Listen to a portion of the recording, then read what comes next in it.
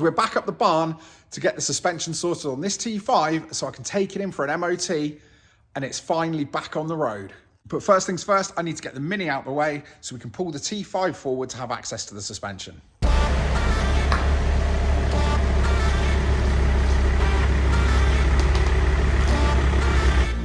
So with the Mini out of the way and the T5 pulled forward, we can take a look at this and see what we need to do. The reason that we're doing this suspension today is because before it came off the road, there was a knocking coming from the driver's side top mount. Before it goes in for an MOT, that's going to need to be sorted. To do that, you need to strip down the scuttle, and then your top mounts are located, or your suspension struts. The top mount of your suspension strut is right in there. And we've got one in there. And while we're here, it's probably a good opportunity to clear all the leaves and the rubbish out from in there to make sure it doesn't go damp and start rusting out the strut tops. Now, along with the new top mounts we're going to fit today, I thought, well, do you know what? I could either go one or two ways with this. With the suspension apart, I could either drop it on some coilovers, but instead we've gone the other way. We're going to fit a set of these. That's right, we're going for the PCD 25mm lift kit on this van. This is, on the face of it, a really great budget way to get that swamper look on your T5 without spending a fortune on an uprated suspension kit. As with every project, we start by loosening the wheel bolts, jacking it up, taking the wheels off. And then with this, we're going to start with a healthy dose of spray lube on the suspension strut to the hub, so that once that's soaked in, we can hit it with a hammer and it should come apart quite easily. On suspension strut. Right, so we're around in Sam's unit because Sam's got a spring compressor and the springs on these are huge. I mean, even if it was just a small little Mark II Golf, you wouldn't want to be doing this job without something to compress those springs. So we're strapping it up and it'll compress the spring down so we can take the top mount off and then put the new plate and new top mount on.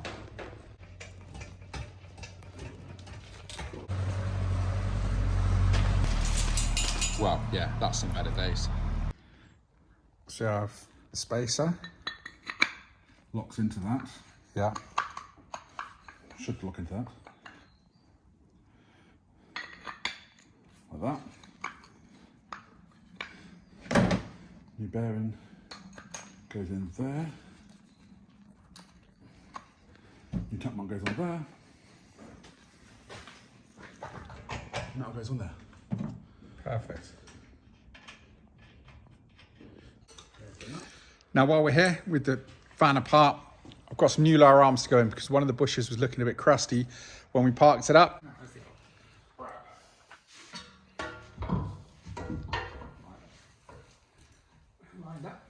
That's the front back together, and you can see it spaces the shock away from the body. Now for the rear, we've got these spacer plates that sit above the spring, just to obviously lift the body. Right, so when it comes to wheels, I've got a couple of choices. Now I'm trying to keep this on a budget. So I was thinking, do I take my original 16-inch wheels and paint them matte black or powder coat them matte black? So that's going to cost me, what, £100 getting powder coated. And then some all-terrain tyres. That would be about £400, maybe even more, to get the tyres sorted. So that was one option. Or the other thing is the Touareg has got a new set of wheels on it. That's right, so it means I've got a set of 19-inch wheels with tyres just sitting around the barn doing nothing. Now, you can normally pick these wheels up for about £200 to £250 on Facebook Marketplace, but obviously I've already got them. So it means I can go from this to this without spending a penny. It's not. Oh, yeah. So we need... So what do you reckon, a 5mm spacer or? No, it was not a 5mm spacer. This is a 5mm spacer and it just wasn't big enough. So I needed to get some 12mm spacers, and as luck would have it, M-Tech do a set with longer bolts for about £63 delivered. And the great news is they were delivered the next day.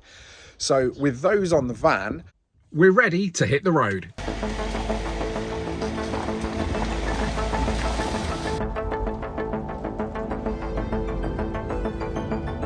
This thing drives like you're floating on a cloud with these big squidgy sidewalls on these tyres. Obviously these are standard tyres off a VW Touareg, so they're 19 inch. I think they're 255 55 19s. So there's a lot of rubber there to cushion the ride, which is great. But I guess the question that you're thinking, and you're probably screaming at your phone right now, is, Tim, what's it doing to your speedo? How far out is it? Because these bigger tyres you would have thought would have a big difference on your speedo. Well, we're about to hit a dual carriageway, so let's have a look. Now at 40 miles an hour, there's not really much difference in it. The speedo's pretty accurate.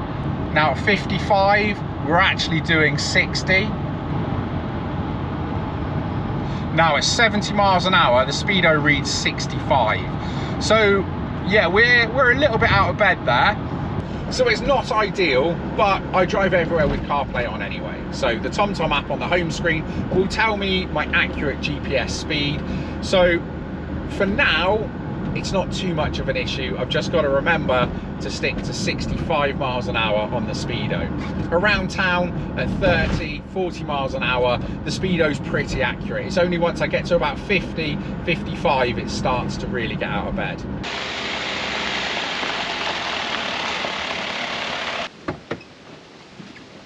So what do you think? Yep, that's right, it's out on the road. It's in one piece. And this is the first time I've really had a chance to drive it, and do you know what? It feels great. Obviously with the new max speed and rods turbo on, it pulls in every gear, which is great. But obviously we're here today to look at this budget swamper conversion. When it comes to the suspension on your van, you've got two choices. You can either go low down, low profile tires, sort of coilovers, or you can lift it and go for that swamper look with bigger wheels and tires, which is what I've done here.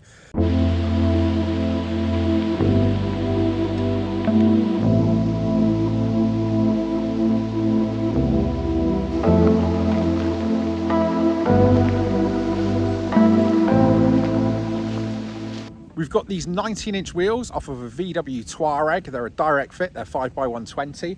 They did come with 255 55 19 tyres, which to be fair are a little bit big, and to fit them we've had to fit spacers to the rear. But the overall look I think is pretty good. If I was doing this differently, I'd probably go for a set of wheels that already had smaller tyres, because yeah, they were a bit of a faff to get them fitted, and I had to take it in for its MOT on the little wheels with the lift blocks, which frankly look ridiculous. So are you a fan of lifted suspension, or are you a fan of lowered suspension? Let me know down in the comments. I'd be really interested to see what you think. But guys, for me, I couldn't be happier.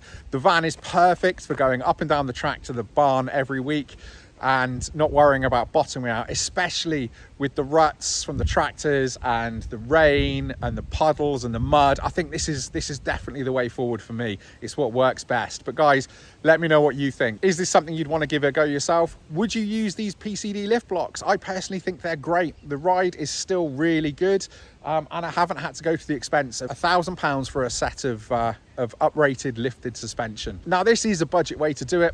There are plenty of other ways, but for me and this van, I think this is a winner. So if you're new here and you got this far into the video, like this video, subscribe to the channel, and if you've been here a while, thank you for bearing with us, and that you finally got to see the T5 back on the road. So what's next? Well, I guess it's time to sort the interior. It's been a long time coming. We've got this leather caravel interior in here, and frankly, it's disgusting.